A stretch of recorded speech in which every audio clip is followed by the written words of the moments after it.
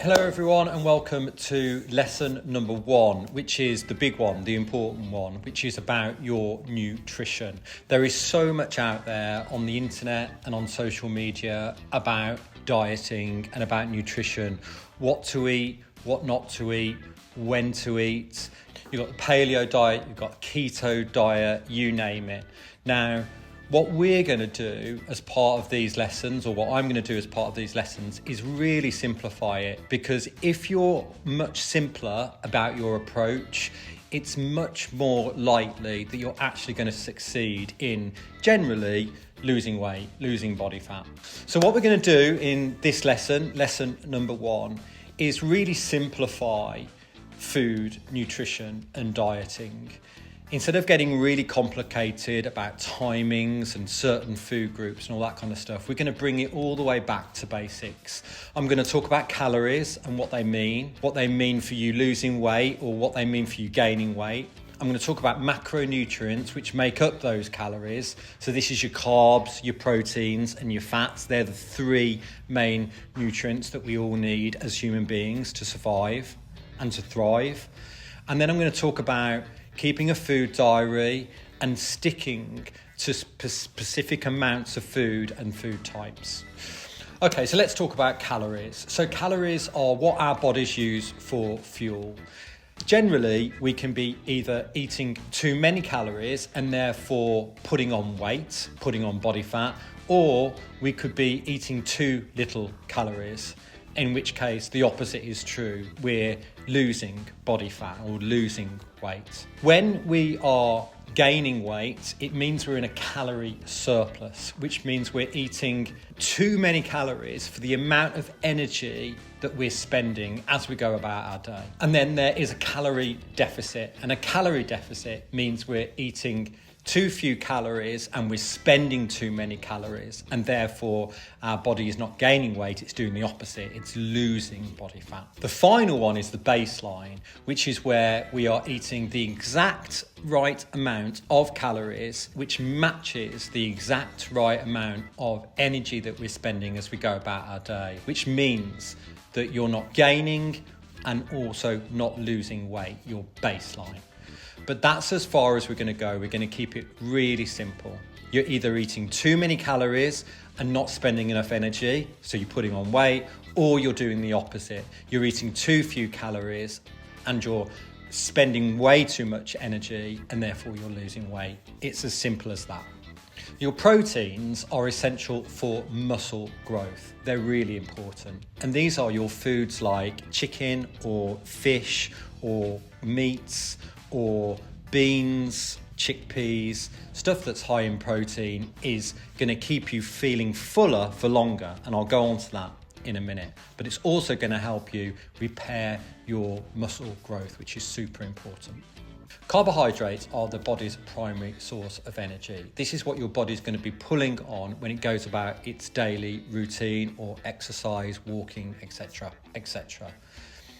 Carbohydrates are food groups like your grains, potatoes, vegetables, fruits. And then the third one is fats, which again is about your energy, but also about your hormones. And fats are things like your fish or your nuts. The protein is the one that's really useful when it comes to thinking about making a fix or a change to your diet in order to lose weight. Protein is salient. It keeps you feeling fuller for longer. And that's a really useful thing to lean on as we begin to focus on what we're eating in order to shift a few pounds or to drop a stone or drop a dress size. Okay, so one of the most important things that we do when we approach what we're eating in order to generally lose weight or drop a dress size or lose a few pounds or whatever in time for summer, whatever you're doing it for, the first thing you need to do is start tracking. Okay, now the first thing that we always teach people is, first of all, keep a food diary. That is really important because we go about our everyday life and we can forget sometimes about just generally how much we're consuming. And generally, if we need to lose weight, it's because we're actually consuming too much. We're in a calorie surplus. So a food diary is really important. You can do this in generally one or two ways. You can use an online tool or an app. The best one out there is very popular, and it's called MyFitnessPal. What's great about MyFitnessPal is that it's global and it has food products from all across the world. So in terms of us, you know, we're from England, you'll be able to find anything from Marks and Spencer's, Sainsbury's, Tesco's, Asda, Lidl, you name it. You can also use barcode on there and scan a barcode. And what that will do is put in your electronic food diary everything about the food that you've eaten. The other way to do it is if you can't bear to be on your phone, and sometimes we're on our phones all day doing other stuff, right? And you just don't want another thing to have to deal with on your phone. You just keep a food diary in a logbook. So just doing it yourself. The best way to do it, if you are going to use a logbook, is just to use the electronic one first for a week or two. Because then we do form quite habitual habits with our food, and then you can start logging it in a book instead. You need to be knowing how many calories you should be consuming for you, for your body, for your size, for what you're trying to achieve. And everyone's different, of course. Now, the way to do that is to Google the word Harris Benedict. So Harris Benedict is the website you need to go to. That website has an equation with it built within it, okay, which is going to help you work out how many calories you should be consuming for you, for your height, your age, etc., etc. When you get to that website, you'll see the equation on there. You need to add in your age, your height, weight, and then you need to add in your activity level, which will be that you work out once a week, twice a week, 3 times a week, etc., etc. You'll find it. There's lots of choices in the drop down. And then, of course, whether you're a male or a female. Once you've added all that into that website, it's going to give you what it believes to be your calorie target. Depending on your goal, what you need to knock off it in order to get yourself into that calorie deficit. Okay. Now, generally, what we would suggest is that you need to knock off between 200 and 300 of those calories. If my calorie target is 2,800, okay, and I know that I would like to lose some weight, so maybe I'm looking to lose a stone, okay, what I would do is take that 2,800 and take away 300 to equal 2,500. And that is my calorie target that I'm going to aim for by keeping a food diary for the next couple of months. And I'm going to measure what difference it's making. Okay, so the next thing I want to do is I need to work out what are the macronutrients that are going to be within that 2,500 calorie target, okay? And that's going back to how many of those calories should be carbohydrates, how many should be proteins, and how many should be fats. Okay, so I know that I want it to be generally a third. That's the best place to start, a third. So I know that I need to divide my 2,500 by 3, okay? So I know that I want to be eating 833 calories of each of these.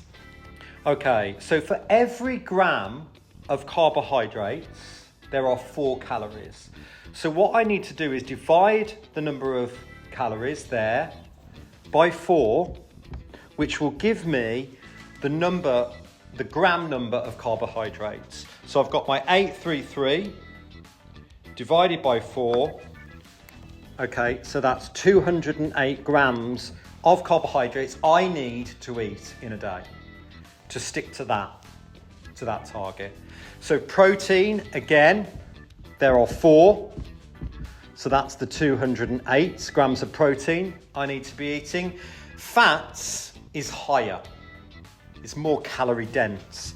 So I need to divide that by 9, which equals So now I have an absolute target plan of how many calories I want to be eating each day, 2,500.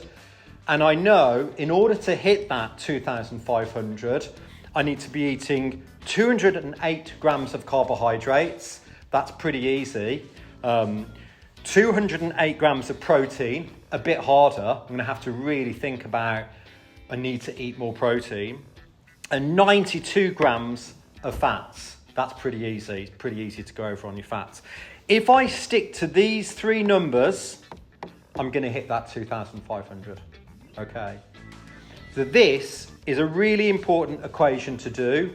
So first of all, decide whether you're going to use MyFitnessPal or whether you're going to use a notebook. I suggest you use MyFitnessPal or something similar for a number of weeks before going on to a notebook. You're going to Google Harris Benedict, okay? In Harris Benedict, you're going to work out how many calories you should be eating each day. You're going to put your age, your height, your weight, and your activity level, and whether you're a man or a woman. That's going to punch out the number of calories. You're then going to take off between 200 and 300, depending on your goal, okay, to get your calorie target. And then you're going to work out how many grams of carbs, proteins, and fats you need to be hitting that. This is all laid out in MyFitnessPal. So when you track a typical day in MyFitnessPal, it's going to draw you a pie chart, and you're going to see the grams that you're eating. By getting into this level and looking at grams, it makes it much easier to hit your targets.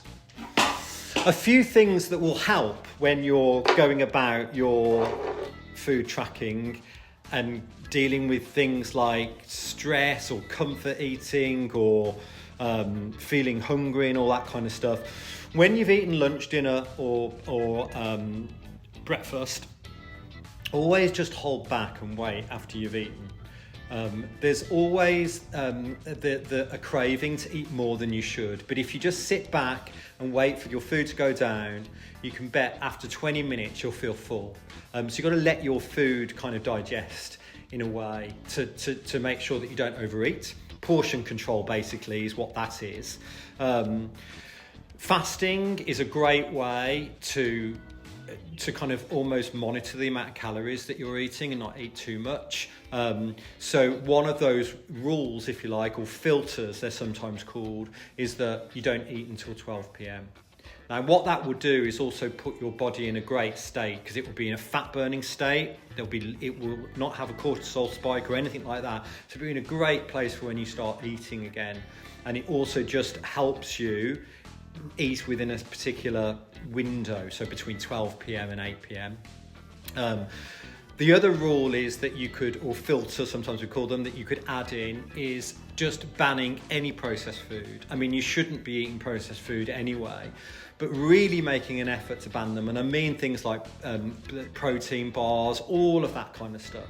So it's a rule that you're only allowed to eat whole foods, which makes you really turn to the good stuff, the good carbs, the good proteins, and the good fats.